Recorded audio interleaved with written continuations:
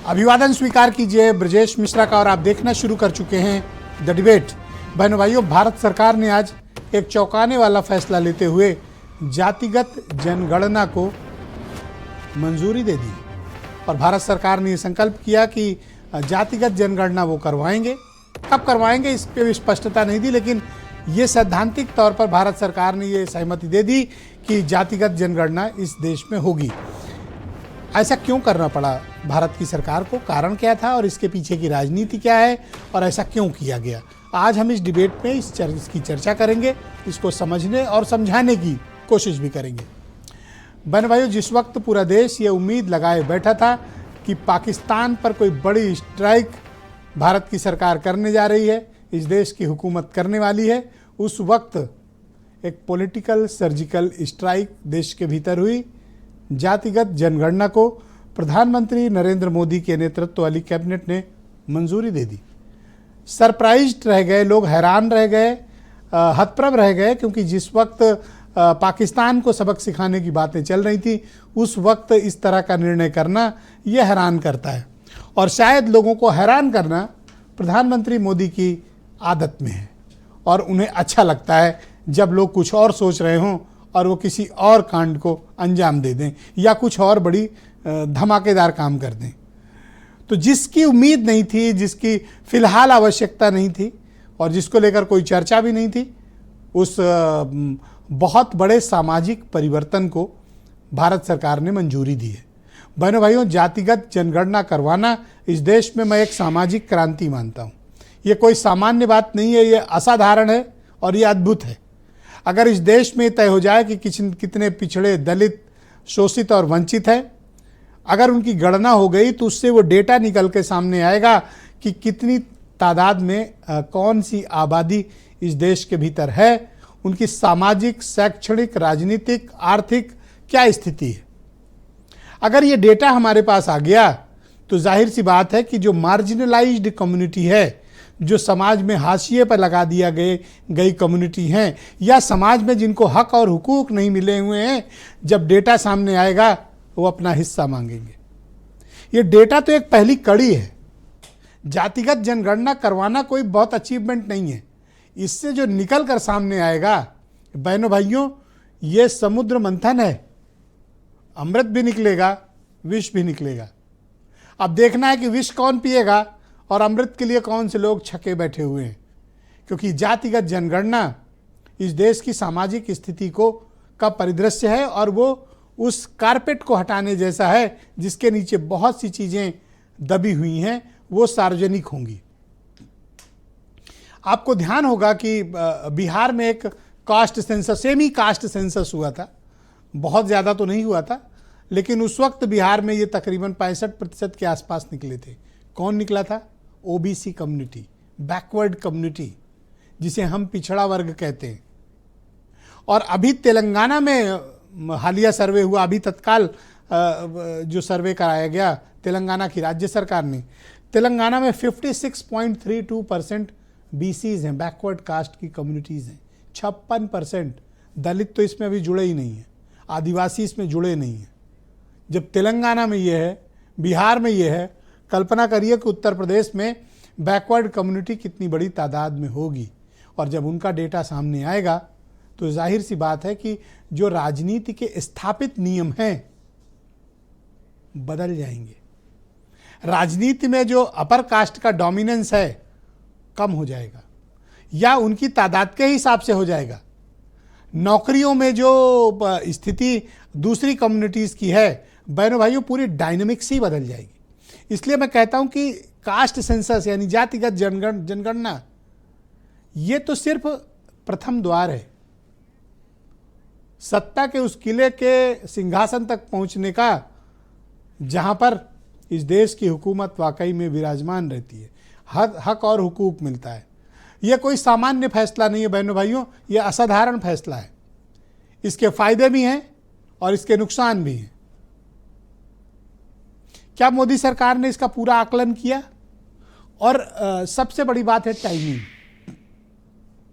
तब जब बिहार के चुनाव नज़दीक हों और बिहार का जो सामाजिक राजनीतिक वातावरण है वो बैकवर्ड कम्युनिटी, दलित कम्युनिटी डोमिनेटेड है, उससे इनकार नहीं किया जा सकता।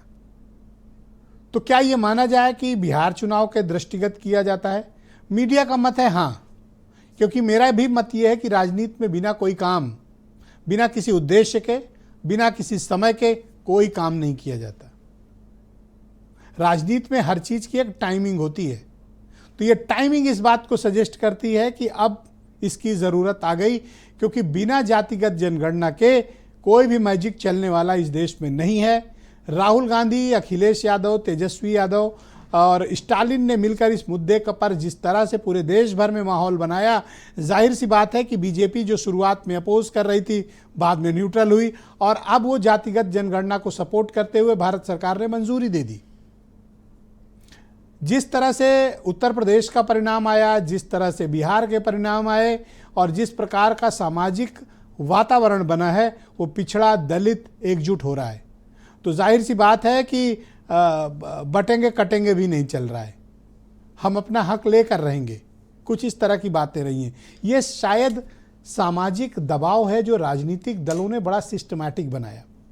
अगर आप तीन नेताओं के बयान को पिछले एक साल में, मैं कहता हूं जून 2024 के बाद से या इस वक्त जब कैंपेन चल रही थी पिछले वर्ष, अगर आप एक साल का केवल इनके बयानात उठाकर देखें, राहुल गांधी, अखिलेश यादव और तेजस्वी यादव के, उसमें आप क्या पाएंगे? पिछड़ा, दलित, शोषित, वंचित, इनके ऊपर अत्याचार, इनके ऊपर डोमिनेंस, इनको हक नहीं मिल रहा है, लगातार पीडीए का मुद्दा हो, या राहुल गांधी ने सदन से लेकर संसद तक, सड़क से लेकर संसद तक ये भरोसा दिलाया था कि जब कांग्रेस सत्ता में आएगी जातिगत जनगणना होगी।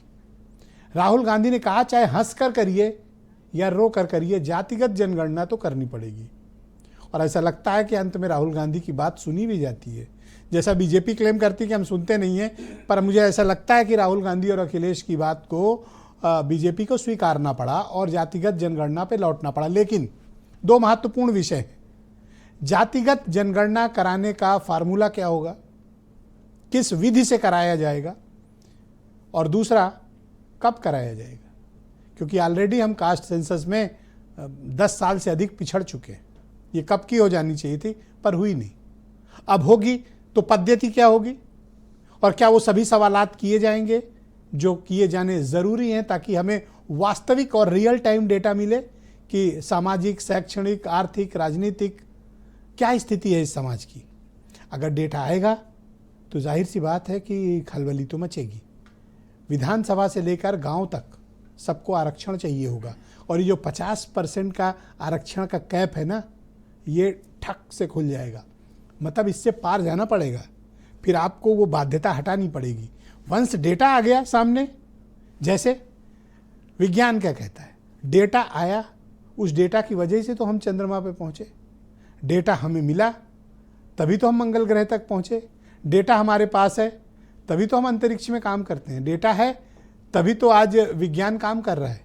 तो डेटा खजाना है, और ये खजाना राजनीति में कुछ लोगों की किस्मत को बदलने वाला है और कुछ की बर्बाद भी कर देने वाला है। मैं चाहता हूं कुछ स्टेटमेंट आप सुन लें, फिर आज की परिचर्चा को हम आगे बढ़ाएंगे। कांग्रेस की सरकारों ने आज तक जाति जनगणना का विरोध किया है। कांग्रेस और इंडी गठबंधन के दलों ने जाति जनगणना के विषय को केवल अपने राजनीतिक लाभ के लिए उपयोग किया। आज दिनांक 30/4/2025 के दिन प्रधानमंत्री श्री नरेंद्र मोदी जी के नेतृत्व में ने यह निर्णय लिया है कि जातियों की गणना को आने वाली जनगणना में सम्मिलित किया जाए। आज केंद्रीय कैबिनेट के द्वारा भारत के इतिहास का सबसे महत्वपूर्ण, सबसे बड़ा फैसला लिया गया है। देश की 140 करोड़ जनता माननीय प्रधानमंत्री जी के प्रति आभारी। देश गदगद है, देश खुशी से झूम रहा है, और श्री राहुल गांधी जी हों चाहे श्री अखिलेश यादव जी हों, उनके ढोंग पर, उनके झूठ पर यह करारी चोट पड़ी है, करारा तमाचा लगा है। हमने कहा था कि कास्ट सेंसस को हम करवा के छोड़ेंगे। पता नहीं क्या हुआ, सडनली 11 साल बाद नरेंद्र मोदी जी कहते थे कि सिर्फ 4 जाते हैं, सडनली कास्ट सेंसस का अनाउंसमेंट किया। हम इसको सपोर्ट करते हैं, पूरी तरह सपोर्ट करते हैं, मगर हम टाइमलाइन चाहते हैं। हम जानना चाहते हैं ये कब तक होगा। देखिए, ये हम लोगों की 30 वर्ष पुरानी मांग रही है और ये हमारे पुरखों की जीत है, समाजवादियों की जीत है, लालू जी की जीत है। लेकिन आज हम लोगों की ताकत देखिए, समाजवादियों की ताकत देखिए कि इनको हमारे ही एजेंडे पर जो है काम करना पड़ रहा है। तो बहनों भाइयों, आज की इस पर चर्चा को आगे बढ़ाएंगे। राजेश चौधरी उत्तर प्रदेश में भारतीय जनता पार्टी के प्रवक्ता और विधायक हैं। दीपक रंजन समाजवादी पार्टी से हैं। मनीष सिंधवी उत्तर प्रदेश में कांग्रेस कमेटी के प्रवक्ता। राजेंद्र गौतम बहुत ही जाने माने पत्रकार। अरुण राजभर मेरे साथ मौजूद हैं, एसबीएसपी के राष्ट्रीय प्रवक्ता हैं। और थोड़ी देर में हमें जनता दल यूनाइटेड के बिहार के सीनियर लीडर मनोज लाल मनु जुड़ेंगे और वीरेंद्र सिंह जी हमारे स्टेट हेड। बहुत शुक्रिया आप सभी का इस कार्यक्रम में जुड़ने के लिए। राजेश चौधरी जी, एक बहुत ऐतिहासिक, क्रांतिकारी और बड़ा ही अभूतपूर्व निर्णय भारत की सरकार ने लिया है। शुरुआत में बीजेपी इसके पक्ष में नहीं थी, बाद में न्यूट्रल हुई और अचानक से आपको ये मंजूरी देनी पड़ी। क्या बिहार का चुनाव इसलिए या कोई और कारण है? देखिए, सरकार कोई काम केवल चुनाव को देख करके नहीं करती है। ये ऐतिहासिक निर्णय, सबसे पहले मैं उत्तर प्रदेश केंद्र सरकार को बधाई दूंगा, मोदी जी को। तो उन्होंने एक ऐतिहासिक निर्णय लिया और हमने कभी नहीं कहा था कि हम नहीं करेंगे। कांग्रेस लगातार 60 साल तक देश पर राज की। 60 साल के अंदर कभी इनको ध्यान नहीं आया। समाजवादी पार्टी के लोग हों, राष्ट्रीय जनता दल के लोग हों, इन सब ने मिलकर कर समय समय पर कांग्रेस की सरकार को समर्थन भी किया। लगातार 2004 से लेकर के 2014 तक ये सरकार का हिस्सा थे, चाहे बाहर से थे चाहे भीतर से थे। एक बार भी मांग नहीं उठाई, क्योंकि इनको चिंता नहीं थी कभी ओबीसी या दलित या पिछड़े या दबे कुचले जो लोग हैं उनकी। हम लोग समाज में सर्वांगीण विकास चाहते हैं। जो समाज का नीचे का तबका है वो कैसे उसकी उन्नति हो, व्यक्तिगत जीवन में कैसे वो आगे बढ़े, इसकी चिंता करते हैं। तो ये ऐतिहासिक निर्णय और जनसंख्या काउंटिंग के साथ साथ ये भी होगा, जातिगत जो आंकड़ा निकल कर के आएगा उसके हिसाब से सरकारी योजनाएं बनेगी और आगे बढ़ेंगे। अचानक से इनके सर्वांगीण विकास का आइडिया कहाँ से आ गया, यही बात थोड़ी हतप्रभ करती है। गौतम जी, हाँ बताइए। देखिए, एक दिन में कोई कैसे हो गया ये? एक दिन में कोई निर्णय नहीं होता है। राजभर भी नहीं थे, वो बाहर थे, जब से सुने तो उनको तो बेहोशी है। मिश्रा जी, एक दिन में कोई निर्णय नहीं होता है। सरकार विचार करती है, जगह जगह से आंकड़े जुटाती है, फिर किसी निष्कर्ष पर पहुंचते। लोकतंत्र है, इसमें पूरा समय लेकर के आगे बढ़ते हैं। और हम ही कहते रहे पहले भी कि हम करेंगे जातिगत जनगणना। कांग्रेस ने कभी नहीं कहा। कांग्रेस ने कभी क्या कहते थे कि सिर्फ 4 ही जातियां हैं। नहीं, वो एक सामाजिक व्यवस्था है। हमारी जो वर्ण व्यवस्था है हमारे शास्त्रों के हिसाब से वो तो 4 ही जातियां हैं। तो कंडीशनल स्टेटमेंट था वो? नहीं, कंडीशनल स्टेटमेंट नहीं था, वो एक अलग विषय था। आज की जो परिस्थिति, अब आप देखिए, मंडल आयोग किसने लागू किया? उस सरकार का भी हम हिस्सा थे। मंडल कमीशन जब लागू हुआ तो उसके फौरन बाद आप एग्जिट भी कर गए थे, ये याद नहीं आपको? नहीं, वो तो राम मंदिर के कारण से कर गए थे। अच्छा, इस कारण से थोड़ा हक मिला तो ये बाहर हो गए सरकार से? नहीं, वो तो राम मंदिर के कारण से। जब आडवाणी जी को गिरफ्तार किया तो बाहर जाना ही था। हमारा एजेंडा था कि हम राम मंदिर का निर्माण करेंगे। हम वो आडवाणी जी की गिरफ्तारी इंपॉर्टेंट थी कि पिछड़ों को हक मिलना बड़ी बात थी? वो तो उसी समय से शुरू हो गया था। इस विषय पर मंडल कमीशन जब लागू हुआ तो हम सरकार के साथ थे। बीपी सिंह जी ने एक ऐतिहासिक निर्णय लिया था। अखिलेश यादव और राहुल गांधी के स्टेटमेंट आए हैं, हमारे दबाव में आप झुके हैं। देखिए, वो किसी गलतफहमी में जी रहे हैं तो उनको जीने का अधिकार है। सरकार स्वतंत्र निर्णय लेती है, सरकार जनमानस के इच्छा के अनुरूप निर्णय लेती है। अब अखिलेश यादव, ये दोनों नेता पीछे तो पड़े थे जातिगत जनगणना के, कुछ तो दबाव नहीं, मेरा प्रश्न यही है। ये सामाजिक बात करनी पड़ेगी। मतलब 2004 से लेकर के 2024 तक समाजवादी पार्टी उस सरकार के साथ थी। मनमोहन सिंह ने घोषणा की थी, मनमोहन सिंह जी ने, कि हम लोग ये करेंगे और प्रस्ताव लेकर आएंगे मंत्रिमंडल में, पर नहीं लेके आए। आपको पता है 2012 में हुआ भी था कास्ट सेंसस, लेकिन एक छोटे फ्रेम में हुआ था। छोटे फ्रेम में हुआ था और वो आंकड़े आज तक सार्वजनिक नहीं हुआ था। वो आंकड़े आज तक जारी नहीं किए गए। 10 साल से आप कर देते? नहीं, अब इन्होंने किया था, इन्होंने घोषणा की, अब हम तो फ्रेश करा ही दे रहे हैं, नए सिरे से करा दे रहे हैं हम लोग। सबके सामने जारी भी होंगे और दूध का दूध, पानी का पानी, किसकी कितनी संख्या है वो सब सामने आएगी। दबाव में हो ना? कोई दबाव में नहीं है, ये सरकार दबाव में आने वाली नहीं है। आप तो कहते थे न बटेंगे और क्या? अच्छा, ये तो पहला मुद्दा है। क्या था? मिश्रा जी ये और तो ये पहला क्या हुआ? देखिए आप बीच में ना बोलो सर। देखिए विपक्ष की मजबूरी देखिए कि पहला ऐसा मुद्दा है जिसमें सरकार का समर्थन कर रहे हैं। हम नहीं, कितना आपने भी अच्छे अभी से अच्छा पाकिस्तान काम पर करते होंगे, सपोर्ट किया है? कितना अच्छे से अच्छा काम करते होंगे, पर हमारा विरोध करते हैं। आज कह रहे नहीं सरकार का अच्छा निर्णय, सरकार का अच्छा निर्णय। मजबूरी देखिए ना उनकी, जो विपक्ष में विरोध करने के लिए पैदा हुए हैं, पब्लिक तो उन्हें कह रही है समर्थन करना आपकी पड़ रहा कोई है। मजबूरी फंस गई है पिछड़ों के बीच। देखिए हम पिछड़ों के बहुत बड़े हिस्से को, पिछड़ों को साथ लेकर के चलते हैं, और भारतीय जनता पार्टी का बहुत बड़ा वोट बैंक पिछड़ा है। ऐसा नहीं यदि वोट की राजनीति की हम बात करें तो वो हमारे समर्थक हैं। हमारे प्रधानमंत्री जी पिछड़े हैं कि नहीं बताइए आप? हमारे कितने राज्यों के मुख्यमंत्री, बहुत बड़ी लीडरशिप हमारी पिछड़ी है। यहाँ कोई प्राइवेट लिमिटेड पार्टी तो है नहीं कि एक ही परिवार के साथ, चाहे वो लालू जी होंगे, अगर हो गया चाहे वो तो- समाजवादी पार्टी होगी, कि एक परिवार के पीछे चलने वाले अब लोग तो हैं। भाई एक बात बताइए, जैसे कास्ट सेंसस हो गया, यूपी का डेटा भी आएगा ना? हाँ, जो डेटा आएगा उस हिसाब से मुझे योजनाएं बनेंगी। हम तो कह रहे हैं। सवाल तो कर लेने दो, ऐसे क्या आप जल्दबाजी में हो? हिस्सा तो मांगेंगे पिछड़े, देना तो पड़ेगा। आप काम निकल के जा पाओगे फिर? देखिए पहले, और हिस्सा फिर बड़ा चाहिए। पहले डेटा आने दीजिए, Thank you. काउंटिंग होने दीजिए, उसके बाद जिसकी जिसकी जितनी हिस्सेदारी उसकी उतनी भागीदारी। ऑल राइट, बहुत शुक्रिया। दीपक रंजन, समाजवादी पार्टी के प्रवक्ता, आप जिस मुद्दे को अपना मास्टर स्ट्रोक बता रहे थे, आज उस मुद्दे पर भारत सरकार ने मंजूरी देकर क्रेडिट ले लिया है। अब आपके पास मुद्दा खत्म, लेकिन आपकी मांग मान ली गई है। देखिए ये पीडीए परिवार और समाजवादी के दबाव में जो है आज इनको विवश होना पड़ा ये कदम उठाने के लिए। विवश होना और पड़ा। समाजवादी पार्टी तो देखिए विवश है ही है ये। समाजवादी पार्टी तो सड़क से लेकर के सदन तक लगातार जो है कास्ट सेंसस की मांग जो उठाती रही, लेकिन भारतीय जनता पार्टी लगातार बैकफुट पे रही। लेकिन आज उनको लग गया, एक तो देखिए इनकी टाइमिंग पे आप गौर कीजिए, पहलगाम में अपनी नाकामी को डाइवर्ट करने के लिए आज एक कास्ट सेंसस का मुद्दा लेकर के आए। उसमें बहुत सी ऐसी चीजें हैं, बहुत सी आप ऐसी इसका बातें- स्वागत करते हैं कि इसके खिलाफ है जो आज नहीं, हम मंजूरी बिल्कुल हुई? इसका स्वागत करते हैं कि ये पारदर्शी तरीके से। पहलगाम कहाँ से खोज रहा है फिर? नहीं तो पहलगाम क्या कोई ज्वलंत मुद्दा नहीं है क्या? अरे वो आज देश- हमें बोलने आज का देश हक है, की- आपको थोड़ी है। नहीं, अच्छा आज आपकी डिबेट ही उस पर थी, अब उसके बाद जो है मैंने डिबेट कहा भाई पॉलिटिकल सर्जिकल स्ट्राइक नहीं हुई है। नहीं मैं बोला तो ये ठीक है, जब सारे आज की तारीख में कास्ट सेंसस को लेकर के सब जगह डिबेट्स हो रही, सब जगह बात हो रही है। तो देखिए लोहिया जी ने तो बहुत पहले ही कहा था कि सोशलिस्टों ने बांधी घाट, पिछड़े पावे 100 में 60। तो ये तो हमारा नारा शुरू से रहा है समाजवादी अरे लोग जो है। आपकी पार्टी के अध्यक्ष 60 पे नहीं मान रहे ना, वो 100 में कितना लिख रहे हैं? 90% पीडीए की 100% जीत है ये। कितना? 90% पीडीए ये 60 वाले से कंसेप्ट आगे बढ़ चुका है। देखिए 90% पीडीए का भी कॉन्सेप्ट दूसरा है। पीडीए में पीड़ित, दलित, शोषित, वंचित सारे लोग आते हैं जो इस सरकार द्वारा सताए गए हैं। इस सरकार की व्यवस्था जो है जो पीछे हो गए। अच्छा एक चीज मैं कहना चाहता हूं विजय जी, अभी जो सेंसस का या कास्ट सेंसस का जो कॉलम बनेगा उसमें जाति का एक कॉलम होगा। हम तो समझते हैं कि जाति के साथ साथ एक रोजगार और बेरोजगार का भी एक कॉलम कर दें कि कितने लोग इस सरकार में रोजगार पाए आज की तारीख में। अब विषय ये कि पद्धति क्या होगी जनगणना की, ये तो अभी सार्वजनिक कुछ नहीं है ना, अभी इन्होंने फंड कितना जनरेट किया, चूंकि बिहार में चुनाव है।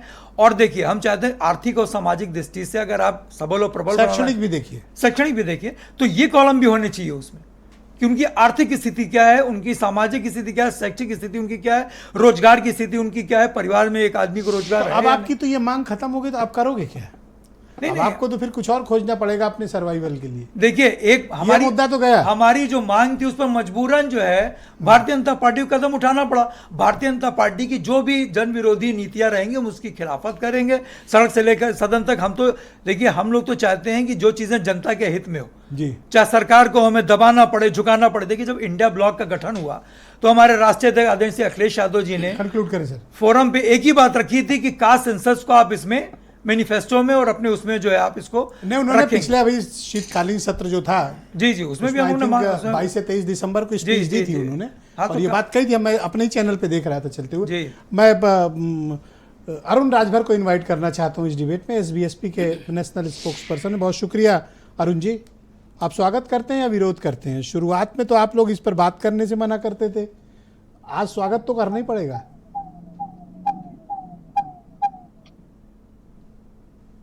अरुण जी, अरुण राजभर जी, आवाज आ रही है? अरुण जी, अच्छा इन तक आवाज नहीं जा रही, हम इन्हें कनेक्ट करने की कोशिश करेंगे। मेरे साथ मनीष सिंधवी हैं, कांग्रेस कमेटी के प्रवक्ता। मनीष जी, ये राहुल गांधी तो ऐसा क्लेम कर रहे हैं कि हमारे दबाव में लिया गया निर्णय, सरकार कह रही है कि सामाजिक जरूरत है इसलिए किया है। भाई आप कैसे क्लेम कर रहे हैं? मैं क्रोनोलॉजी आपके सामने रख देता हूं, आप स्पष्ट हो अच्छा, आप जाए। भी रखने लगे अब क्रोनोलॉजी?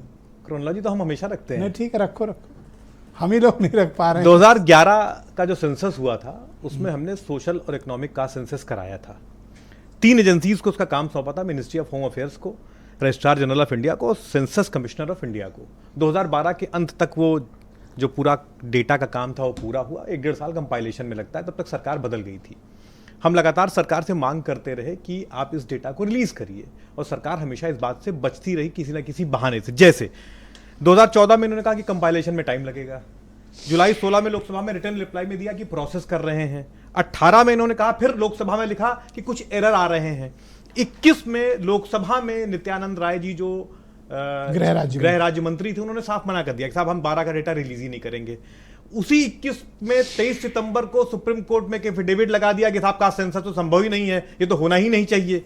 तो ये कुल मिलाकर इस बात से मुकरते रहे और भागते रहे हर जगह कि हम कास्ट सेंसस नहीं कराएंगे, और हम लगातार इस बात पर अड़े रहे कि नहीं, कास्ट सेंसस इस देश की जरूरत है और उसके बिना काम नहीं चलेगा, क्योंकि जो देश में हजारों जातियां विकास यात्रा में पीछे छूट गई हैं, उन्हें उनका हक तब तक नहीं मिलेगा जब तक हम ये नहीं तय कर पाएंगे कि कितने लोग किस अवस्था, किस पायदान पर बैठे हैं। और इस बीच लगातार इनइक्वालिटी के डेटा आ रहे थे जो बता रहे थे कि 1% लोग ही, सिर्फ 1% लोग ही इस भारत देश की 80 से 85% वेल्थ लेकर बैठे हुए हैं, और नीचे के 50% लोगों के पास सिर्फ 4% वेल्थ है। ये तो लगातार डेटा आते रहे, तो ये इस बात की और जरूरत बढ़ गई कि नहीं साहब कास्ट सेंसस तो होना ही चाहिए।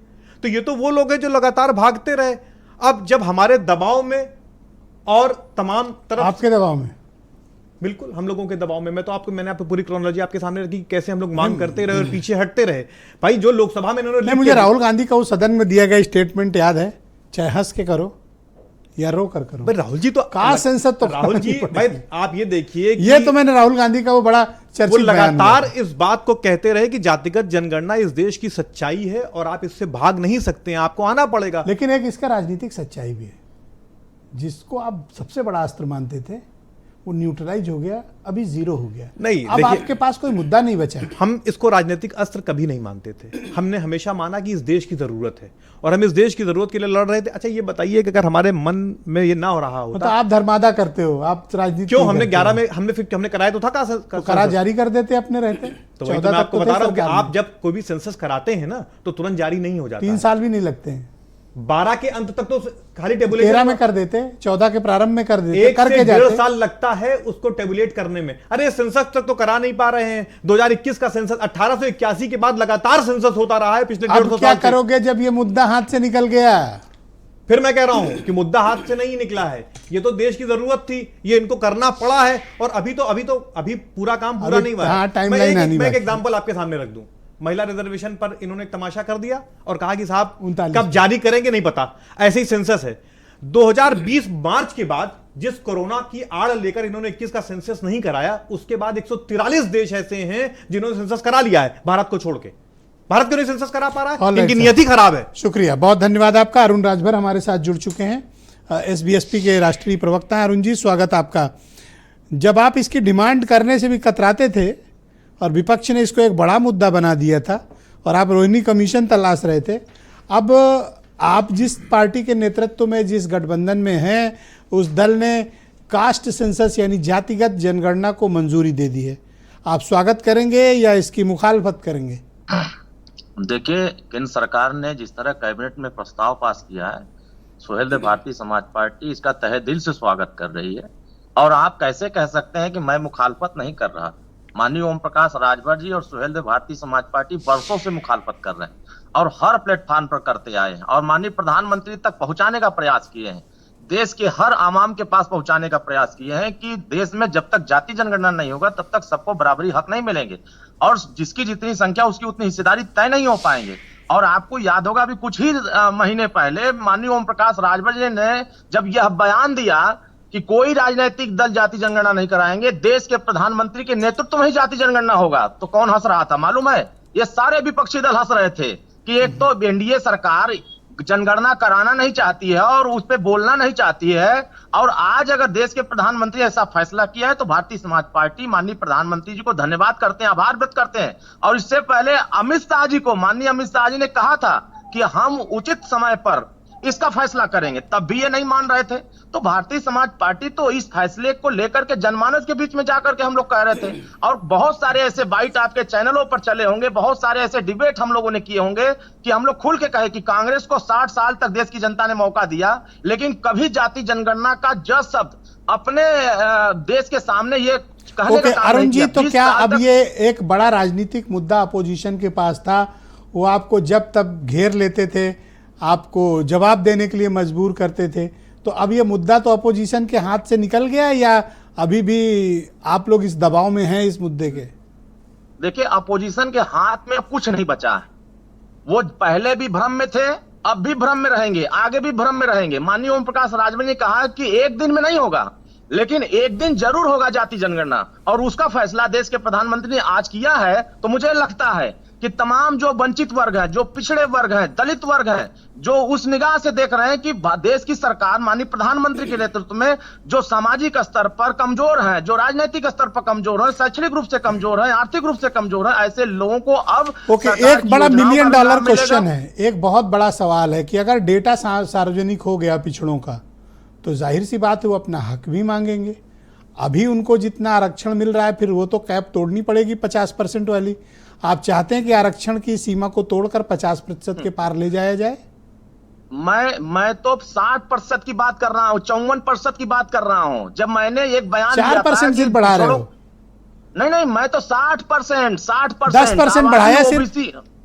नहीं, मैं तो कह रहा हूं 27% से हम 54% की बात जिस दिन किए थे, समाजवादी पार्टी ने मुखौटा उठा के कहा कि ये तो बीजेपी का सगुफा बोल रहा है। आप सोचिए कि ओबीसी वर्गों के हित में हम 54% ओबीसी आरक्षण 27% को बढ़ा के करने की बात किए, तो इन सभी ने विरोध किया। और जब ओबीसी वर्गों के हित की बात देश के प्रधानमंत्री ने किया है, तब विपक्ष के लोगों ने विरोध किया है। अब क्या कह रहे हैं, डेडलाइन चाहिए। नहीं, अच्छा एक बात बताओ, तो आप आपकी बीजेपी से बात हुई है, वो आरक्षण का जो कैप है वो 27% का, उसको पिछड़ों के लिए अब 54 कर देंगे?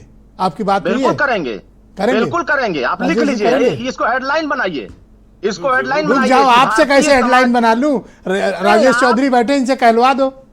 54% कह रहे, बात हो रही है। मैंने तो इससे पहले ही कहा, जिसकी जितनी हिस्सेदारी उसकी उतनी भागीदारी। पिछड़ों का जितना डेटा है अभी डाटा आने दीजिए ना, उसके हिसाब से आगे बढ़ेंगे, और हर वो काम करेंगे जो ओबीसी के हित में होगा, दलितों के हित में होगा। आपका दोस्त कह रहे हैं कि 54% की बात हो गई है। नहीं, अब आंकड़ा आएगा ना, जो उनके हित की बात होगी सब काम करेंगे, वो कोई गलत नहीं कह रहे हैं। झूठ बोल रहे हैं? नहीं, काय को झूठ बोल रहे हैं, वो गलत थोड़ा। 54 कह रहे हैं वो, जिसकी जितनी हो सकता है 54 से भी अधिक है, 54 कम से कम हो सकता है, उससे भी अधिक है, वो ठीक कह रहे हैं, गलत थोड़ा ना कह रहे हैं। ऑलराइट, मनोज, मेरे साथ मनोज लाल मनु जी मौजूद हैं, बिहार के बहुत ही सीनियर लीडर हैं जनता दल यूनाइटेड के। मनोज जी, काफी दिन के बाद आप दिख रहे हैं, आज काफी चहक रहे हैं। आपको बधाई कि कास्ट सेंसस यानी जातिगत जनगणना भारत सरकार ने मंजूर कर ली है। कम से कम जो आपको मुसीबत थी बिहार में, कुछ मुझे लगता है आज कोरामीन का इंजेक्शन लगा है आपको, इसीलिए इतने खुश हैं। बोलिए।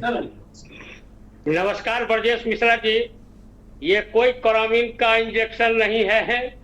और जो आज लोग यहाँ बोल रहे हैं विपक्ष के भाई, मैं उनकी कोई यहाँ खिदांस नहीं करने के लिए बैठा हूँ।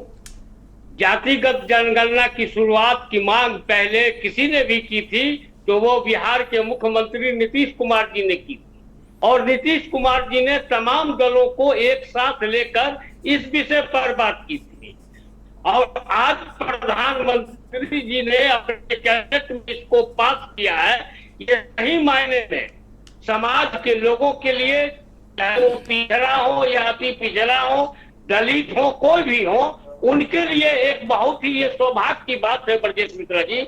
जब इसकी जनगणना की रिपोर्ट आई, सारे दल हमेशा से जब भी कोई बात होती है तो जिसकी जितनी हिस्सेदारी उसकी उतनी बचानी, ये सब बोलते रहते हैं। तो अब ये तो सामने आ गया, लेकिन अब इसको जो है जिस तरह से आज ये देखा जा रहा है, राहुल गांधी जी इसका डेडलाइन क्या होगा, तो टाइम लाइन क्या होगा, तो ये क्या होगा। अरे भाई, आज पास हुआ है कैबिनेट से, उस पर बात होगी, उसके बाद क्लियर होगी। अच्छा, ये लोग कह रहे हैं मनु जी कि आप लोग ये बिहार के चुनाव में पिछड़ रहे थे, इसलिए आप ये लेके आए हैं। इससे क्या हो जाएगा, आज घोषणा हुई है तो कल जातीय जनगणना शुरू हो गई क्या ब्रजेश जी? आज अच्छा, घोषणा ऐसा भी हुई है। आज कैबिनेट पास की है, तो कल से जातीय जनगणना हो गई। हम तो और यही सोच हमने रहे थे कि अगस्त कल में से पूरे आर्डर आ रिपोर्ट जाएगा। दे दिया। कब आएगा फिर? नहीं, हमने हम अगस्त में पूरे रिपोर्ट सार्वजनिक कर दिए। अरे हर चीज को चुनाव में देखने की जरूरत नहीं है ब्रजेश मिश्रा जी। हमारे कांग्रेस मनु के जी, साथी एक चीज की क्लैरिटी तो हो सकता है, आप लोग सहयोगी हो, आपको बताए हो, इस साल तो हो जाएगी कि अगले साल होगी?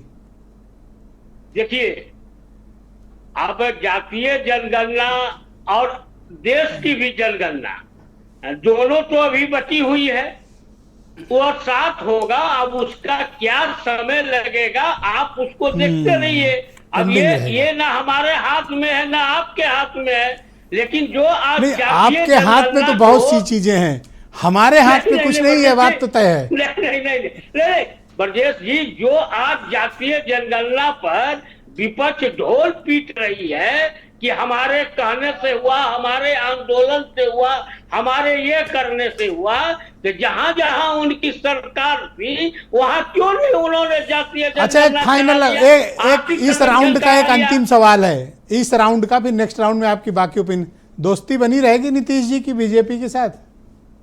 देखिए, दोस्ती तो बनी रहेगी। दोस्ती क्या है, जब हम 1996 से ना हमारी दोस्ती नीतीश कुमार जी की और बीजेपी के साथ है। ये आप बीच उसमें बीच में जो आते बेवफाई जाते करते हो ना, रहता है। बहुत नहीं, गलत करते हो। बहुत लोग आते जाते रहते हैं ना, इसको आप कैसे कर सकते हैं? Thank you, बहुत मैं- लोग ने जी। राजनीतिक समीकरण में कुछ होता है तो ब्रजेश जी आपने देखा गया, यूपी में भी कई लोग गए, जम्मू कश्मीर में भी गए। इसीलिए राजनीतिक परिवेश सर, में मैं तो ऐसे ऐसे कब नेताओं कहाँ की मूर्ति राजनीति लगाना बनेगी? चाहता हूं जो आज इधर हैं कल उधर हैं। सर, मैं तो उनसे बड़ा प्रभावित रहता हूं, मैं तो नहीं, उनकी सारे मूर्ति लोग- लगाऊं, माल्यार्पण ब्रजेश करूं। जी, सारे लोग इधर हैं। कोई Thank आदमी you, नहीं कर सकता धन्यवाद। है कि हम दूध के दुए हुए राजेंद्र हैं। गौतम मैं मेरे साथ बेबाकी मौजूद से हैं, बात उत्तर प्रदेश करता के बहुत ही जाने माने पत्रकार हैं। गौतम जी, बहुत शुक्रिया।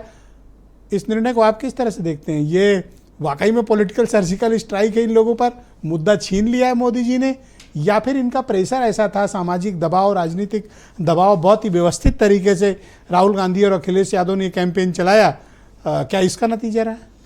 विजय जी, जातीय जनगणना का मैं स्वागत करता हूं, और ये विपक्ष के नेताओं का दबाव है, उसी वजह से ये जातीय जनगणना हुई। 1931 में अंग्रेजों ने सबसे पहले जातीय जनगणना, उसके डाटा, उसके बाद आज तक जितने भी जातीय जनगणना उसके डाटा नहीं आए हैं। जबकि डाटा आएंगे तभी सामाजिक समानता और न्याय पिछड़े वर्ग और दलितों को मिल पाएगा। तो ये बहुत ज़रूरी है, लेकिन कहीं ये जो जातीय जनगणना कराए लालीपाप ना साबित हो, इसको गंभीरता से कराना चाहिए। कई मामलों में देखा जाता है कि कोई डिसीजन हुए और उसको अंतिम मुकाम तक नहीं पहुँचे। जातीय जनगणना की बात करते हैं, आज तक जो जातीय SC ST OBC के प्रतिनिधित्व की बात होती है, तो नौकरियों में कोई प्रतिनिधित्व नहीं है। उसके डाटा आप देखिए, तमाम जितनी भी नौकरियां हैं उसमें उनको जितना निर्धारित कोटा है उसके मुताबिक आज तक उनको ना भागीदारी मिली है ना प्रतिनिधित्व मिलता है। तो ये सवाल यही उठता है कि जातीय जनगणना होनी चाहिए और ईमानदारी से होनी चाहिए, जिससे समाज के अंतिम पायदान पर खड़े व्यक्ति को लाभ मिल सके। Okay, all right. तो आप ये मानते हैं कि विपक्ष के दबाव में, लेकिन बीजेपी तो कह रही कि हमारी तो सामाजिक जरूरत है, हमें तो करना ही था, हमारा कमिटमेंट था। तो कैसे अखिलेश यादव और ये लोग राहुल गांधी ये क्लेम कर रहे हैं कि नहीं, ये सब हमारी वजह से? नहीं, विपक्ष के नेताओं का क्लेम सही है, बिल्कुल सही है। राहुल गांधी ने लोकसभा में दहाड़ कर कहा था यही बात कि हम जातीय जनगणना करा के रहेंगे। हंस के या रो के, ये कैसे भी कराएं। अभी हंस के किया कि रो के किया? अब इनकी परिस्थितियां बता रहे होंगे कैसे किया, लेकिन ये निर्णय स्वागत योग्य है। ऑल राइट, वीरेन जी भी आ गए हमारे साथ डिबेट में। वीरेन जी, स्वागत। हम तो सोच रहे थे वीरेन जी कि पाकिस्तान पे कुछ होने वाला है, क्या तो करवा दिया आपने, क्या है ये? जी बिल्कुल, देखिए बहुत आश्चर्यजनक फैसला है, और ये फैसला मोदी सरकार ने CCPA की बैठक में लिया है। CCPA वो चीज़ है जिसमें बहुत कम मंत्री होते हैं, जिसको सुपर कैबिनेट कहते हैं। ये फुल कैबिनेट नहीं थी, सारे मंत्री उसमें रहे हों, तो उसमें ये जातीय जनगणना का फैसला लिया गया। ठीक है, पाकिस्तान वाला मामला तो उधर चल ही रहा है, और थोड़ा पाकिस्तान को भी इत्मीनान हो जाए कि भारत की सरकार डंडा चलने वाला। दूसरे काम काज में लिप्त हो गई है वो जनता के साथ, तो मामला उधर जब थोड़ा निश्चिंतता वाला आएगा हो सकता है तब कुछ कार्रवाई हो। और वो मामला ठंडा नहीं पड़ा है, लेकिन ये ज़रूर है कि जातीय जनगणना ने आज देश में एक नई लहर, एक नई ऊर्जा पैदा की है, ख़ास तौर से विपक्ष के लिए। क्योंकि जब कोई डिमांड होती है, लगातार डिमांड होती है और उसको सरकार जब मानती है, तो जो डिमांड करने वाले लोग होते हैं वो इसे अपनी जीत मानते हैं। तो स्वाभाविक है कि विपक्ष इसको अपनी जीत के तौर पर देख रहा है। और जहाँ तक बात है जातीय जनगणना की, तो इसकी शुरुआत ब्रजेश जी शायद इस साल मुश्किल है, शायद ये 2026 में जनवरी के आसपास इसकी शुरुआत हो पाएगी। और जनगणना में लगभग 1 साल का समय लगता है, इससे पहले उसके परिणाम वो कंप्लीट कर पाना आसान नहीं है। तो अगर कोई नतीजा भी आएगा तो 2027 के पहले मुश्किल है कि जातीय जनगणना की कोई स्थिति स्पष्ट होगी। देखिए, सर्वेक्षण तो 2 राज्यों में हो रहे थे, बिहार में और तेलंगाना में। अलग अलग राज्यों में भ्रम न पैदा हो, उसकी वजह से आज सरकार का कहना था कि हमने जातीय जनगणना का फैसला किया है। जनगणना मतलब ही है खाली जाति का पता लगाना। 2011 में जब जनगणना हुई थी तो उस समय इस देश में 46 लाख जातियां पाई गई थीं। अब करीब 2011 के बाद, अब 14 साल बाद, पहले हर 10 साल पे होती थी, अब की 14 साल पे ऐलान किया गया है। लेकिन जनगणना के फायदे भी हैं और नुकसान भी हैं, बहुत साफ सी बात है। फायदा यह है कि जो जातियां अभी तक पिछड़ी नहीं जानी जाती थी, अगर वो पिछड़ी पाई गई तो सारा वोट बैंक का खेल है, राजनीतिक दल उनकी ओर लगेंगे, उनको अपनी ओर लाने के लिए योजनाएं बनाएंगे, तमाम सारी उनको नई चीज़ें मिलेंगी। लेकिन जातियों को सीधा लाभ होगा, लेकिन जो समावेशी विकास की अवधारणा है उससे इसको चोट भी पहुंचती है। जो लोग विरोध में हुए कहते हैं कि जो जातियां कम होंगी वो अपनी जनसंख्या बढ़ाने में लग जाएंगी, परिवार नियोजन के कार्यक्रम को धक्का लग सकता है, बच्चे ज़्यादा पैदा करने लगेंगे लोग, जनसंख्या बढ़ सकती है, ये भी आशंकाएं रहती हैं। लेकिन विपक्ष बहुत दिनों से मांग कर रहा था, जो एक आंकड़ा बताता है कि जो ओबीसी की हम लोग आबादी को 52% के लगभग मानते हैं, उसका कोई स्पष्ट आंकड़ा नहीं है। मंडल कमीशन के आधार पर, उस आंकड़े के आधार पर हम लोग मानते हैं कि इस देश में 52% के करीब ओबीसी है। अब उसकी भी स्थिति स्पष्ट होगी। जातीय जनगणना जो बिहार में हो रही है उसमें 2 चरण है। पहले में आवासीय परिसरों की गणना हो रही है, परिवार के मुखिया और सदस्यों की गणना हो रही है। दूसरे चरण में जातियों की और उनकी आर्थिक स्थिति की, जैसे शैक्षिक योग्यता, नौकरी पेशा, मोटर कार है कि नहीं, इन सब चीज 2 चरणों में इस तरह की गिनती की संभावना आई है। लेकिन जनगणना से जातियों की स्पष्ट जानकारी मिलेगी और उनके लिए सरकार अच्छी तरह से योजना भी बना पाएगी, इसका अपना एक लाभ है। ब्रजेश जी, मोदी कैबिनेट ने जो फैसला किया है, ये पूरे देश में जो अलग अलग राज्य ऐसा कर रहे थे उससे भ्रम की जो स्थिति बनती, वो भ्रम की स्थिति खत्म हो जाएगी। लेकिन इस देश में जातीय जनगणना के साथ साथ गरीबी, जिसकी कोई जाति नहीं होती है, उस पर हमारे नेताओं का ध्यान इसलिए नहीं जाता क्योंकि वहाँ से एक मुश्त वोट नहीं मिलना है। वैसे तो इस देश में बहुत बड़े बड़े उपदेशक हुए जिन्होंने जात पात को नहीं माना, वो ईश्वर को मानते हैं जी। लेकिन नीचे हम लोग आकर ये व्यवस्था में फंस जाते हैं। कोई भी व्यक्ति अपनी इच्छा से किसी जात में पैदा नहीं हो सकता, ये प्रकृति प्रदत्त है, इस पर किसी का कोई जोर नहीं है। लेकिन जाति में पैदा होने के नाते कोई ऊंच, कोई नीच, कोई छुआछूत का शिकार होता है। कबीरदास ने कहा है कि जात पात सब झूठ है और भरम पढ़ो मत कोई, और जाति नहीं जगदीश की औरन की क्या होए। जब भगवान की कोई जात नहीं है तो दूसरों की जात पात में नहीं पढ़ना चाहिए जी। लेकिन न जात बड़ा है न पात बड़ा है, यहाँ पर तो नेताओं का स्वार्थ बड़ा है। वाह, तो वो अपना स्वार्थ उल्लू अपना साबित बड़ी करते ऊंची रहेंगे। बात वीरेंद्र जी कभी कभी एक लाइन में कहे जाते हैं, पकड़ने वाली बात होती है। देखिए, अपने यहाँ कहा गया है कि जबले जात पात न जाई और लाचारी के रात न जाई, और तबले कुछ कर लो भारत माँ, गौरव वाली बात ना आई। अरे तो ये बात तो देखिए बहुत सही है। और इस पर अरे बिहार से मनु महाराज बैठे हैं, आज बड़े मजे ले रहे हैं, ये क्या किया जाए इनका।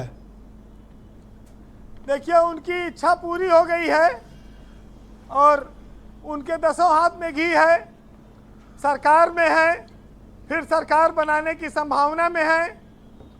कई बार कुंभ के मेले में बिछड़े और फिर दूसरे नए मेले, चुनाव के मेले में आकर मिल जाते हैं।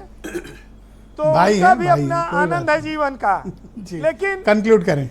आज इस जाति जनगणना के साथ हम धर्म और विभिन्न इस देश में गरीबी पर भी निदा फाजली का एक शेर है, उस पर लोगों का ध्यान आकर्षित करूंगा कि बच्चा बोला देखकर मस्जिद आलीशान, और अल्लाह तेरे एक को इतना बड़ा मकान।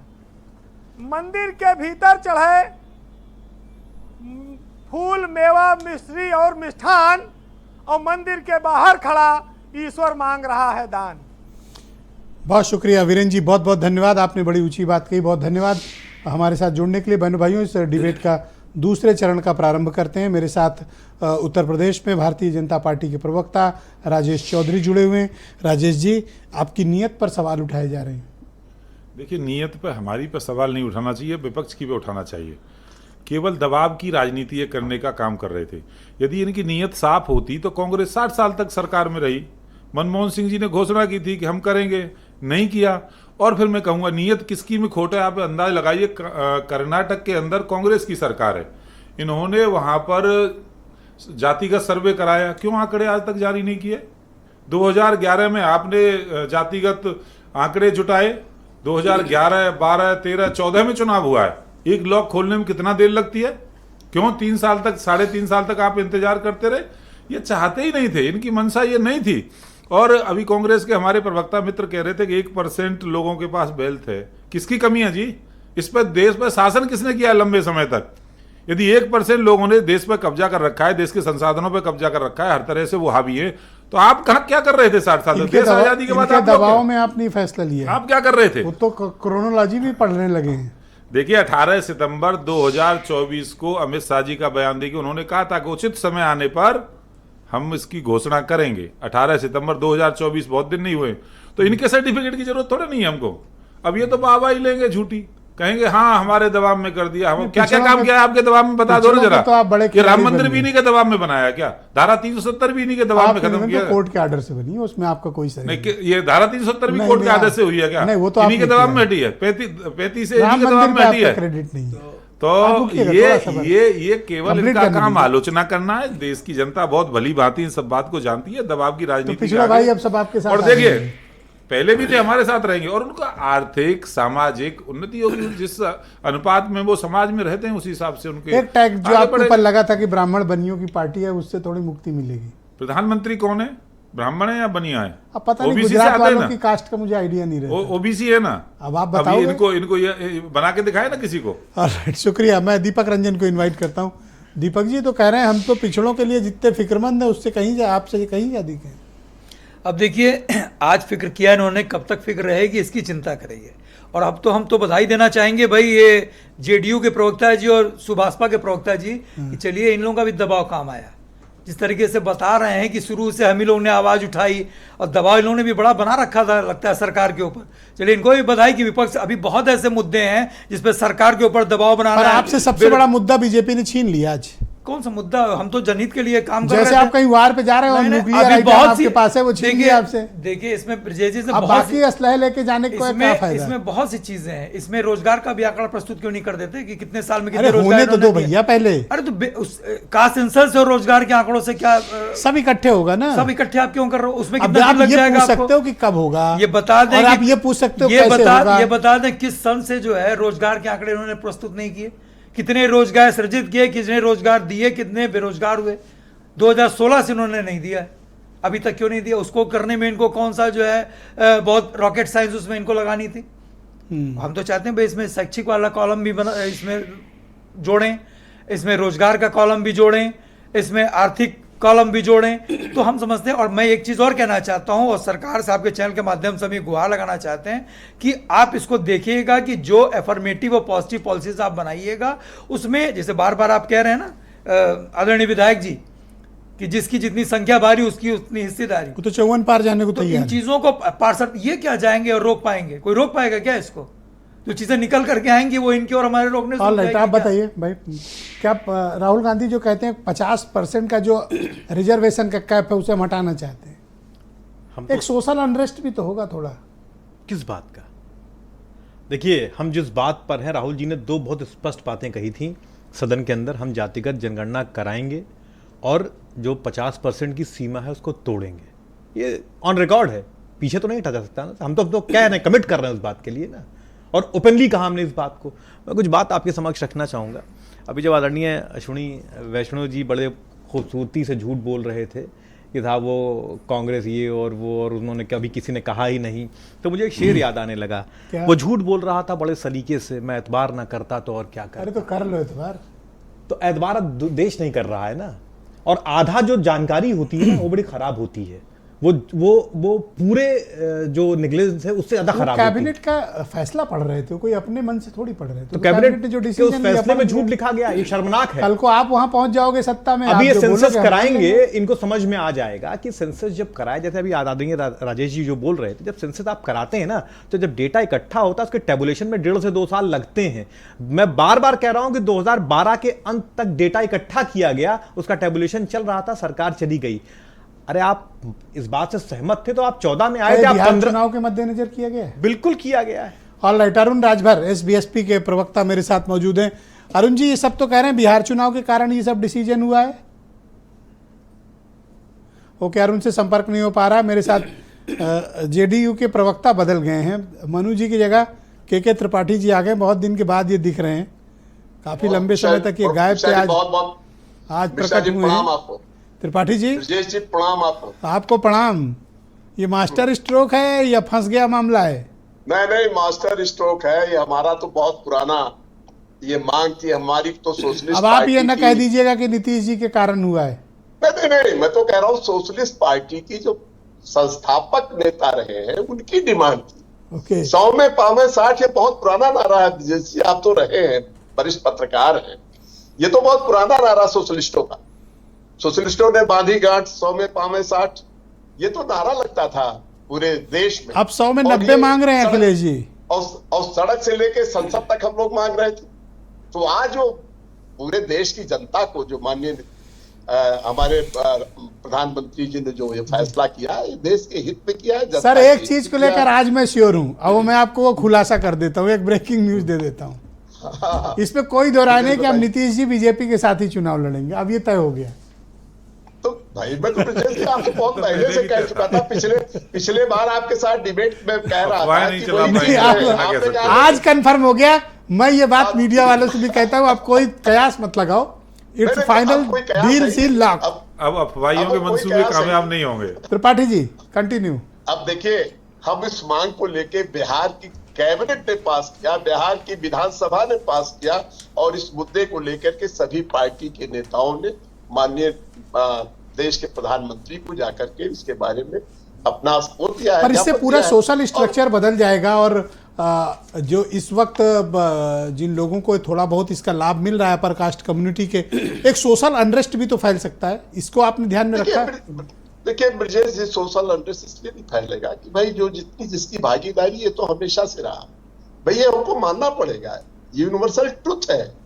इसको जितनी इसकी भागीदारी उसको उतना हिस्सा देंगे मतलब अपर कास्ट वालों को ठेल ठाल किनारे करोगे आप? नहीं, आप देखिए ब्रजेश जी, जो गांव की प्रॉपर्टी अगर उस पर थोड़ा सा होता तो पूरा परिवार डिस्टर्ब हो जाता। तो ये तो देश है, और इस देश में अगर हम मुख्य धारा में उनको ला करके सबको समान रूप से उनके विकास की बात कर रहे हैं तो कौन सी बड़ी बात है। जी बहुत शुक्रिया। मैं अरुण राजभर, थैंक यू त्रिपाठी जी। अभी ब्रजेश जी 10% आरक्षण जो सवर्णों को मिला है उस पर किसी ने आपत्ति की क्या, बताइए आप। थैंक यू, शुक्रिया त्रिपाठी जी। मैं अरुण राजभर को इनवाइट करता हूँ। अरुण जी, ये सपा वाले तो आप पर तंज कस रहे हैं आजकल, ये तो व्यंग करने लगे हैं। ये हमेशा से पिछड़ों के साथ इनकी गोट आप ही से फंसी है, मुझे लग रहा है। के साथ तो व्यंग ही किए हैं, जानते हैं, इनको पता था। सामाजिक न्याय शब्द इनके जुबान से कहना बड़ा अच्छा लगता है, लेकिन सामाजिक न्याय देना बड़ा आसान नहीं है इनके लिए। और माननीय ओम प्रकाश राजभर जी सामाजिक न्याय की बात कर रहे हैं और सामाजिक न्याय दिलाने की बात कर रहे हैं। अब जैसे इन लोगों को पहले से पता होगा कि माननीय प्रधानमंत्री जी, माननीय अमित शाह जी ने जो बयान दिया था उससे 1 साल पहले ये बयान, इसके बारे में इनको आगाह हो गया था कि आगे जाति जनगणना होगा। किसको पता था? आपको पता था? अपना नहीं, अरे इन लोगों को करना भी गुनाह है। हम तो इनके फेवर की बात कर रहे हैं, आपने दबाव बनाया सरकार पे, उस पर भी इनको दिक्कत हो रही, बताइए। जाति जनगणना कराएंगे, इनके लिए अच्छी बात बोल रहे हैं, वो भी इनको दिक्कत कर रहे हैं। अब हमारा मुद्दा अभी से नहीं बनाएंगे तो फिर आगे हम क्या बोल पाएंगे? तो ये अब चिल्लाने लगे। नहीं, आप देखिए 2012 से पहले क्या कभी बोला था? 2017 से पहले कभी कांग्रेस ने जिक्र किया था? नहीं किया था। लेकिन यह जिक्र भारतीय समाज पार्टी 2002 से करती आ रही है। आज हम 22 साल से इस बात की चिल्ला रहे हैं, हर जगह बोल रहे हैं कि जब तक जातियों का आंकड़ा नहीं आएगा। रोहिणी कमीशन आप बोला करते थे, आज तो रोहिणी कमीशन भी नहीं बोल रहे हो आप। कोई बात है? नहीं, मैं तो बोल ही रहा हूँ, वो भी होगा। मैं तो रोहिणी कमीशन, रोहिणी कमीशन 60% आबादी अगर आएगा जाति आंकड़ा में तो 60% alright sir, thank you sir. सबको हिस्सेदारी देंगे। राजेंद्र जी, ये बात तो हम आज भी कह रहे हैं। क्या आपको लगता है कि जो समयबद्ध तरीके से अगर जातिगत जनगणना कराई जाए और सही पद्धति से कराई जाए तो इस देश में हम सामाजिक न्याय दे सकते हैं लोगों को? नहीं, अगर ये सही पद्धति से हो जाएगी जातीय जनगणना तो समाज के अंतिम पायदान पे खड़े दलितों, पिछड़ों को न्याय मिलेगा। ये डाटा नहीं है अभी, और डाटा सार्वजनिक भी नहीं कर रहे हैं। और हमारा कहना है डाटा, तो डेटा होगा तब तो आएगा। नहीं, जो अभी तक का डाटा है उसको क्यों नहीं कर रहे हैं? जैसे कांग्रेस के प्रवक्ता ने कहा अभी कि डाटा जो 2011 का डेटा जारी किया जाए, बिल्कुल जारी किया जाए। तब तक तसल्ली के लिए जारी किया था भाई, आपने क्यों नहीं किया था? अरे आप फिर अधूरी बात कर रहे हैं उसको। अरे आप फिर अधूरी बात कर रहे हैं। मैं कह रहा हूं 2012 के अंत तक तो डेटा 2011 में हुआ, 2011 में हुआ है, 2011 से 2012, 2013, 2014 में चुनाव हुआ है भाई। आप काहे झूठ बोल रहे हैं इस तरह से? आप झूठ आप बोल रहे हैं। 2014 में चुनाव हुआ, 2011 में आंकड़े आए। आपको पता ही नहीं है कि जनगणना शुरू हुई। मनमोहन सिंह ने मंत्रिमंडल में बोला था, मनमोहन सिंह ने बोला कि हम कराएंगे, क्यों नहीं कराए? अरे आप 5 साल कर्नाटक में क्यों नहीं कर रहे हैं बताइए? अरे कर्नाटक में, तेलंगाना में होने क्या? तेलंगाना में होने क्या? आंकड़े जारी करिए। कर्नाटक में आंकड़े क्यों जारी नहीं किए? क्या पुराना डेटा चाहिए? हम बातें कर रहे हैं, राजनीति करेंगे। क्या पुराना डेटा जारी हो? जब इनके जब इनके क्या पुराना डेटा, जब इनके 2021 में राय साहब जो गृह मंत्री थे, राज्य मंत्री थे, जब उन्होंने स्पष्ट कह दिया कि पुराने आंकड़े हम नहीं प्रस्तुत करेंगे तो क्यों नहीं प्रस्तुत करेंगे? बहुत शुक्रिया। मैं आपका बहुत धन्यवाद। एक चीज और पूछना चाहूंगा कि सर समय समाप्त हो गया। आपका बहुत शुक्रिया। मैं आप सबका बहुत आभार प्रकट करता हूं और दर्शकों का बहुत आभार। ब्रेक के पार हम आपको बताएंगे कि जातिगत जनगणना होती कैसे है, इसका डेटा कैसे मिलता है और किस तरह से पिछड़े वर्ग के सामाजिक, आर्थिक, शैक्षणिक, राजनीतिक चीज़ों का सार्वजनिकरण होता है। हम इस पूरी पद्धति को आपको थोड़ी देर बाद जीनत सिद्दीकी ये बताने वाली है। एक छोटा सा ब्रेक।